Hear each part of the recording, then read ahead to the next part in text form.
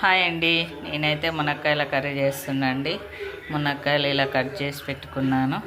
Oil వేసుకున్నానండి. నేను oil కాగుతుంది. గింజలు వేసుకున్నానండి. ఉల్లిగడ్డ వేస్తున్నా. మునక్కాయలను అయితే శుభ్రంగా కడుక్కుంటూ కరివేపాకు వేసి అవుతుంది కదా. అల్లం పేస్ట్ అండి 1 స్పూను, పసుపు, కొంచెం మెంతం కూర అండి.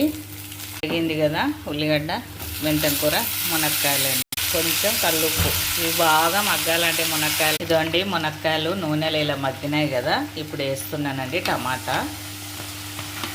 ఇలా చేసుకుంటే బాగుంటుంది. అండి ఇలా మగ్గిపోయింది కదా టమాటా. ఇప్పుడు కారం వేసుకుంటున్నా అండి. కారము కచ్చపిచ్చగా ఎల్లిపాయలు దంచేసుకున్నానండి బరకగా. ధనియాల పొడి వేస్తున్నానండి. కొబ్బరి పొడి.